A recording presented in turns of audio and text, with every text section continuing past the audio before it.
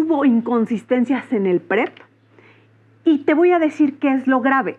Lo grave es que en diciembre nosotros denunciamos que el titular del PREP renunció. Sí.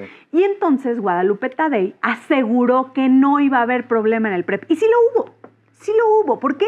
Porque estuvieron señalando inconsistencias entre las sábanas que se publicaban y los resultados publicados en el PREP. Sin embargo, el PREP no es el resultado oficial, sino es el conteo distrital que se da y que fue justamente lo que se hizo ayer. Entonces, bueno, digamos que finalmente esa deficiencia fue subsanada con un resultado oficial, sin embargo, se prestó a que la gente desconfiara. Parte de que nos levantemos implica hacer un buen diagnóstico, ¿no? Y nos vamos a encontrar ahorita que estemos viendo cosas duras, ¿no? Y también áreas de oportunidad, pues, ¿no? Entonces yo creo que sin echarle salsa a los tacos, haciendo un análisis objetivo, pues tenemos mucho que aprender y también como reflexionar, ¿no?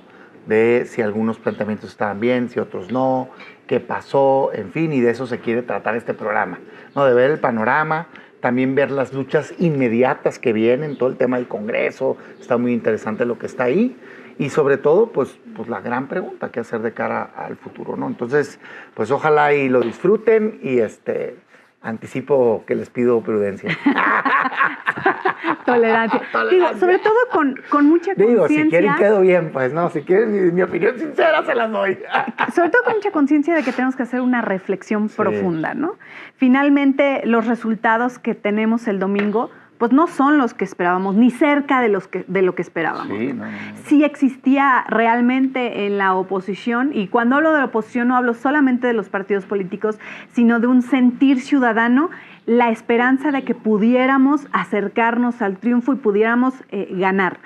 Y yo quisiera empezar, si me lo permites, Damián, en que esta parte, este resultado no lo sentimos en las calles, quienes anduvimos en las calles.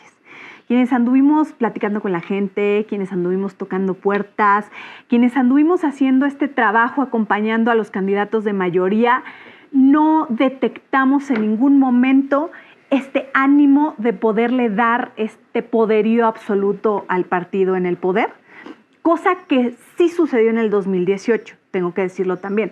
Yo tengo participando se veía en la venir calle. La balanza. Se veía venir. Es decir, tú salías a la calle y el ánimo de la gente era un ánimo contrario. Como un mes antes. Así es. ¿No? Tú sabías que la gente te estaba rechazando. Sí. Contrario a eso, en esta elección no nos sucedió. Al contrario. Yo te puedo decir que de los candidatos de mayoría que acompañé, todos percibían un extraordinario ánimo de la gente, de una inconformidad con el gobierno actual. Entonces, creo que la primera pregunta es, ¿qué pasó? ¿Qué cambió de ese ánimo de la gente a decir, vamos a darle la continuidad a Morena? Y no solo eso, a darle la amplia mayoría que tienen hoy en las cámaras y que, por supuesto, es uno de los factores que nos preocupa, ¿no? Fíjate que, a ver, yo quisiera empezar hablando de el resultado como tal, ¿no? Tuvo 60% de los votos Claudia Sheinbaum. Esto es 35 millones de votos.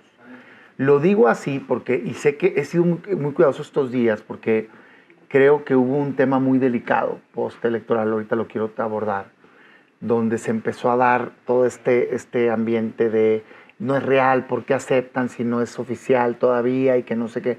Pero la verdad de las cosas es que sí había las herramientas, el conteo rápido, ¿no? El PREP, y luego es normal que el miércoles sean los cómputos distritales. Uh-huh. Creo que fue muy sano que no hubiera una resistencia a abrir los paquetes que quisieran. Eso pasó, hay que decirlo. Yo he sido candidato varias veces, tú también. Es normal. La ley, ni siquiera te preguntan, la ley dice cuándo se abren y se vuelven a contar, uh-huh. ¿no? En este caso, a mí me ha tocado que me abran como el 90%. Y está bien, que haya tranquilidad, ¿no? Ahorita ya acabó ese cómputo en la presidencial. Ya es un dato del INE, certero, de conteo de actas. Ya se abrieron las urnas que se tenían que abrir. Entonces ya podemos hablar como un hecho. O sea, no estamos, digamos, asumiendo nada. Y ahorita quiero enseñarles una gráfica de cómo sí fue consistente los datos del INE. Porque me parece injusto la manipulación que se hizo por algunos personajes. Pero bueno, 60% es una cifra que no se veía desde hace 42 años, Paulina. te tienes que ir a esa no, todavía no, por favor, ¿sí? Te tienes que ir a Miguel de la Madrid, ¿sí? Hasta el 82, sí, para encontrarte una candidatura presidencial que haya reunido ese porcentaje, sí, de... Si quieren ahorita que les comente, la ponen, ¿sí? Sí. Okay. Entonces, yo tenía 3 años, pues. Tengo 45 años. Tenía 3 años, imagínate nomás. De ese tamaño es que hace tanto tiempo no pasaba esto en México. Entonces, yo creo que ahí hay un mensaje a preguntarnos por qué, ¿no? Y ahorita me regreso ahí. 2, el problema de esta ocasión, a diferencia del 18, fue que fue más uniforme la votación. ¿A qué me refiero? En el 18, AMLO fue el fenómeno. AMLO rompió la barrera de los 30 millones de votos. Nadie más. O sea, él personalmente. Y la oposición se peleó entre sí muy fuerte, acuérdate, pero juntos de todas maneras sumaban, o sea, los partidos que ahorita van sumados, que sumaron 27, hace 6 años sumaban 38, o sea, más de 10 puntos más, ¿no? Y luego todavía otros, ¿no? Pues anda el Bronco y todo esto. Entonces, él consolidó, pero para el Congreso no. Tuvieron 36, 38, y luego de manera artificial subieron. El problema en esta ocasión es que fue más parejo. Tuvieron juntos casi 55%, 5 puntos menos nada más, lo que generó un terremoto político en el país. O sea, un reposicionamiento total, que a mí es lo que más preocupado me tiene, porque como resultado le dio poder absoluto a la presidenta, y eso está terrible. Más allá de que hayan ganado ellos, así hubiera ganado el PAN. Nadie debe tener poder absoluto. Lo dijimos siempre aquí. Tiene que haber contrapesos. Finalmente pues, lo dijimos aquí. O sea, y no pasó. Por una mala legislación, ahorita vamos a entrar a ese tema, pero al día de hoy, si le aplicas las reglas al día de hoy, sí, se proyecta que va a tener 2/3 partes en el Congreso, en la Cámara de Diputados. Y casi en el Senado. A 2 senadores, por favor, sí, pues no, o sea, el primer día me los va a conseguir, o sea, una tragedia. Entonces, eso hace que no tenga un contrapeso, lo cual es muy peligroso para el país. Y ahí nos tiene que hacer pensar en cómo entrarle a ello, y también lo dejo para un segundo momento. Y estoy con resultados. ¿Por qué llegas ahí, Paulina? Y eso es, si tuvieras un mapa, es que es impactante. Estoy estudiando datos. Ya no lo voy a hablar desde el PAN, desde la oposición, hasta los que no fueron. Fíjate el dato. En la mitad del país, nadie de la oposición, no importa por qué cuadrito, nadie ganó un solo distrito.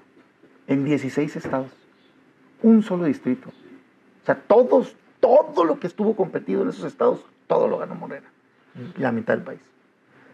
Te vas a 23 estados. Y en estos 23 estados, solo alguien de la oposición ganó un distrito. En 2/3 partes del territorio nacional. Entonces, sí es un tsunami. En el Senado ganaron 30 estados. Solo no ganaron 2. Aguascalientes y Querétaro. 30, güey. Eso no pasó en el 18. No estoy hablando del PAN, estoy hablando de toda la oposición. Toda la oposición, el que sea, güey. El PRI, MC, nadie ganó. 30 ganaron ellos. Entonces, si dices, ay, espérame tantito. Entonces, eso te lleva a esta composición muy delicada que tenemos hoy. Entonces, ante eso, para mí, una pregunta que nos debe ocupar los siguientes meses es ¿por qué?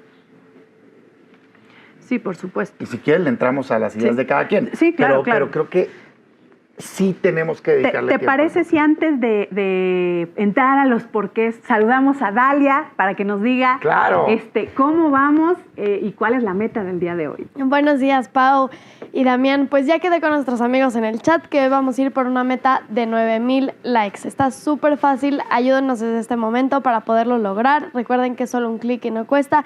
Y también ayúdenos, por favor, con las suscripciones. En YouTube ya somos 980,000.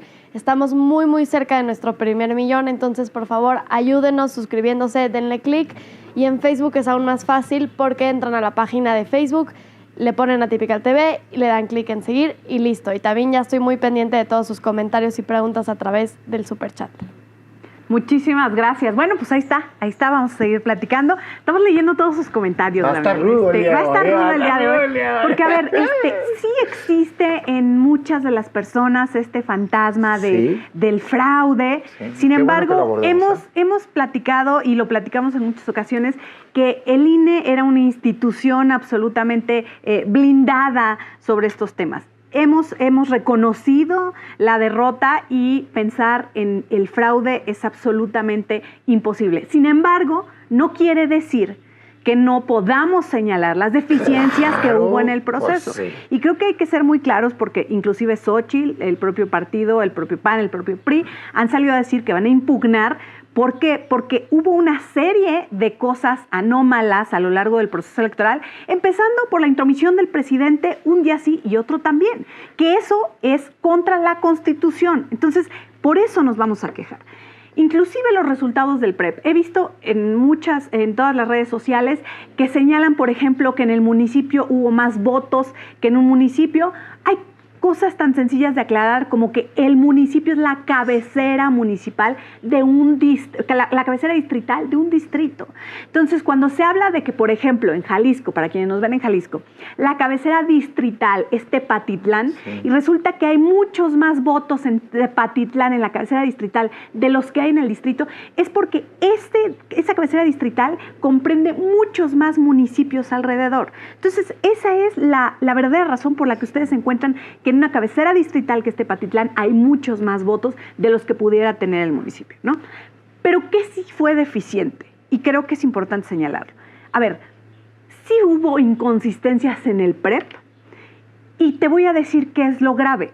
Lo grave es que en diciembre nosotros denunciamos que el titular del PREP renunció.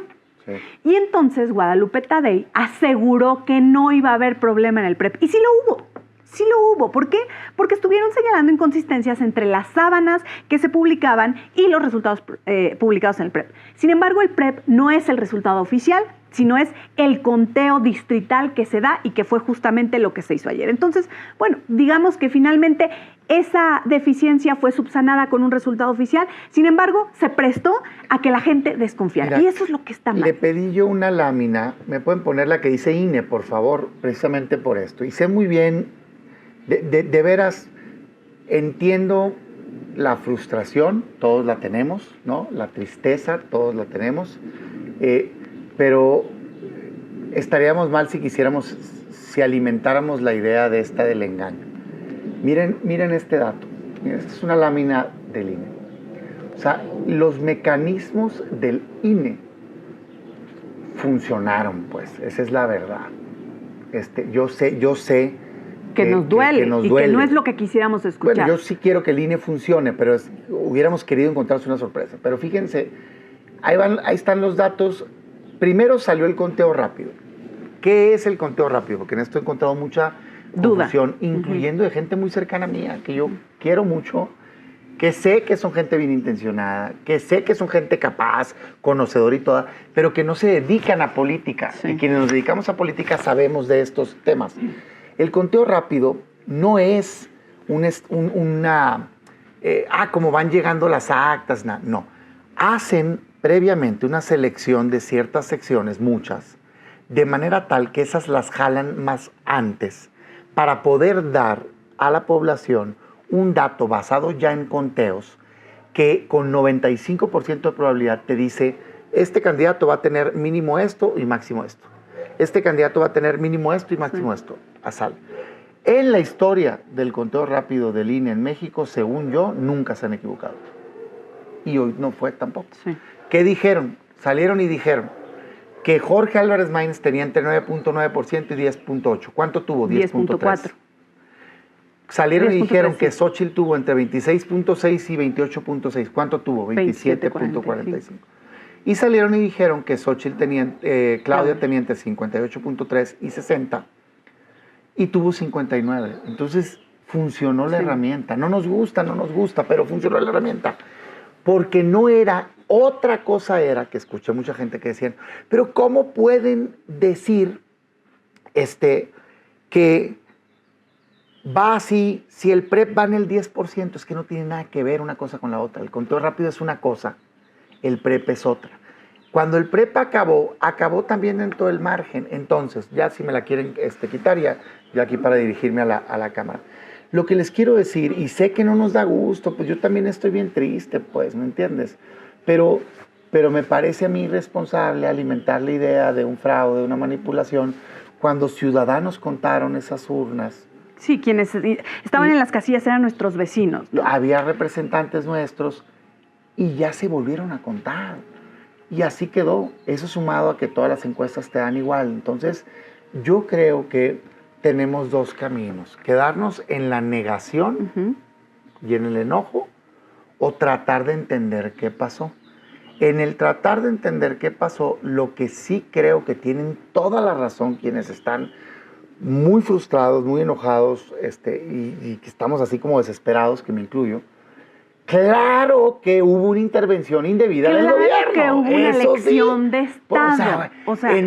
Todo el día estaba el presidente atacando, dividiendo. Claro que usaron los programas sociales, ¿sí? Pero eso no. Y además, creo yo, ya sé que se van a enojar, pero ni modo, también hubo gente convencida que votó por ellos.